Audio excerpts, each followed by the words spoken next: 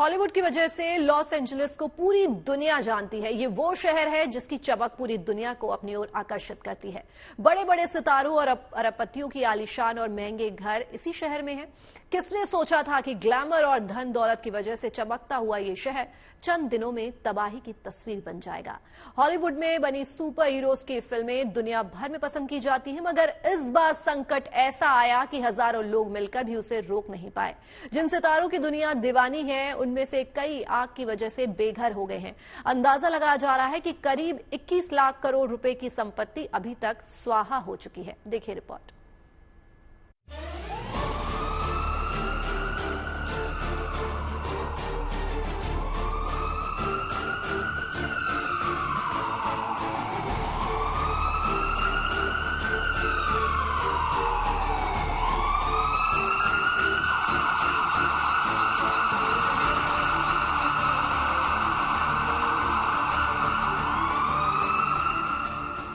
कल तक जहां रौनक थी, खूबसूरत नजारे थे, उसी लॉस एंजलिस में तबाही की ये डरावनी तस्वीरें हैं। कैलिफोर्निया के जंगलों से फैली आग ने लॉस एंजलिस में ऐसी भयानक तबाही मचाई कि कई इलाके खंडर में तब्दील हो गए। हर तरफ वीराना है, क्योंकि 2 लाख से ज्यादा लोगों को विस्थापित होना पड़ा। लाखों लोग अलर्ट पर हैं, पता नहीं कब अपना घर छोड़ना पड़े। कल तक जो आलीशान मकानों में रहते थे, आज शेल्टर में रहने के लिए मजबूर हैं। जो इलाका अपनी संपन्नता के लिए दुनिया भर में मशहूर है, वहां 7 दिनों की आग ने 21 लाख करोड़ की संपत्ति को स्वाह कर दिया। यह रकम भारत के 3 साल के डिफेंस बजट के बराबर है। आग का कहर जिन पर टूटा है, उनमें आम लोग ही नहीं बल्कि खास लोग भी शामिल हैं। हॉलीवुड फिल्म इंडस्ट्री की जानी मानी कई हस्तियों के घर भी इस आग में जलकर खाक हो गए। इस बेकाबू आग ने हॉलीवुड हिल्स को भी अपनी चपेट में ले लिया। गनीमत यह है कि अभी तक हॉलीवुड का बोर्ड आग की चपेट से दूर है, जो दुनिया भर में अमेरिकी फिल्म इंडस्ट्री की पहचान माना जाता है।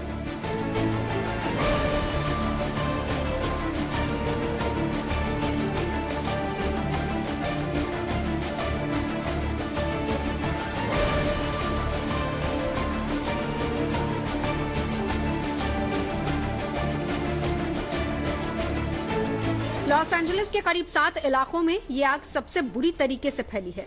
7 जनवरी की दोपहर लॉस एंजलिस में इस आग की शुरुआत समंदर किनारे बने आलीशान घरों से हुई और पहले ही दिन पैलिसेड्स में 5300 घर जलकर खाक हो गए। अगले दिन लॉस एंजलिस के पूर्व की तरफ ईटन के पेडेसिना और अल्टोडीना में आग लगी और 7000 घर जलकर खाक हो गए। 8 जनवरी को ही एंटीलोप वैली में आग लगी। यहाँ आग ने 348 एकड़ का पूरा इलाका अपनी चपेट में ले लिया, जो जलकर खाक हो गया। इसके बाद कैलिफोर्निया के उत्तर में सैन फर्नांडो के करीब चौथी आग भड़की। सैन फर्नांडो के बाद केनेथ इलाके में अचानक आग लगी और 960 एकड़ का इलाका चपेट में आ गया। इसके बाद बारी आई हॉलीवुड हिल्स की। आग ने यहाँ हॉलीवुड के बड़े बड़े दिग्गजों के आलीशान घरों को मटिया मेट करके रख दिया। यहाँ भी 7000 स्ट्रक्चर पूरी तरह से जल गए। लॉस एंजलिस के उत्तर में सैन फर्नांडो के करीब ईस्ट इलाके में 7वीं आग लगी और बड़े इलाके को खाक कर दिया। इस आग में सिर्फ संपत्ति का ही नुकसान नहीं हुआ, बल्कि लोगों को जान भी गंवानी पड़ी।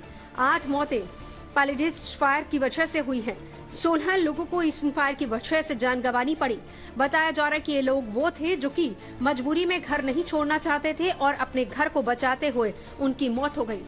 कुछ लोगों ने पालतू जानवरों को अकेला छोड़ना गवारा नहीं समझा और जान गंवा दी। जब इंसान की जान ही खतरे में है, तो पालतू जानवरों पर क्या गुजर रही होगी समझा जा सकता है। लेकिन फिर भी लोग अपने पेट्स को बचाते नजर आए, उन्हें सुरक्षित जगहों पर पहुंचाते नजर आए। अमेरिका में अब इस बात पर मंथन हो रहा है कि इतनी भयानक आग लगी क्यों। कुछ जानकार मान रहे हैं कि इलाके में बढ़ती गर्मी, लंबे समय तक सूखा और शुष्क वायुमंडल की वजह से कैलिफोर्निया में आग लगी। मुमकिन है कि किसी ने जंगल में कैंपिंग के दौरान आग लगाई और वहां से चिंगारी जंगल में आग बनकर फैल गई। मगर लॉस एंजलिस और उसके आसपास बहने वाली सांता एना हवा की इस आग को भड़काने और फैलाने में बड़ी भूमिका रही है। मगर अब सवाल ये भी है कि इस आग पर काबू पाना क्यों मुश्किल हो रहा है।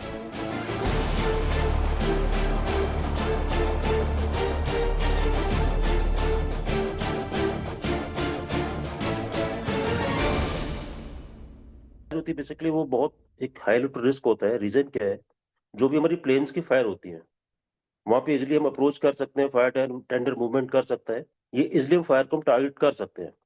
बट जो भी हिल्स की या फॉरेस्ट की फायर होती है, प्रॉपरली वहां पे एक फ्यूल मिलता है अच्छी क्वांटिटी में, प्लस ऑक्सीजन साथ मिलती है अपना, और जो भी फायर टेंडर होता है वो इजिली वहां पहुंच नहीं पाते अपना, जिसके चलते फायर एक बड़ा रूप ले लेती है अपना। और इसमें सिर्फ एक ही अप्रोच है, बाय एयर। जिस तरह की मैंने अभी मीडिया के माध्यम से देखा, वहाँ पे अभी जो फायर लगी है वहाँ पे, तो ऑलमोस्ट हवाई जहाज के थ्रू, जहाज के थ्रू वो उसके ऊपर पानी डाला जा रहा है अपना, कूलिंग मेथड से अपना।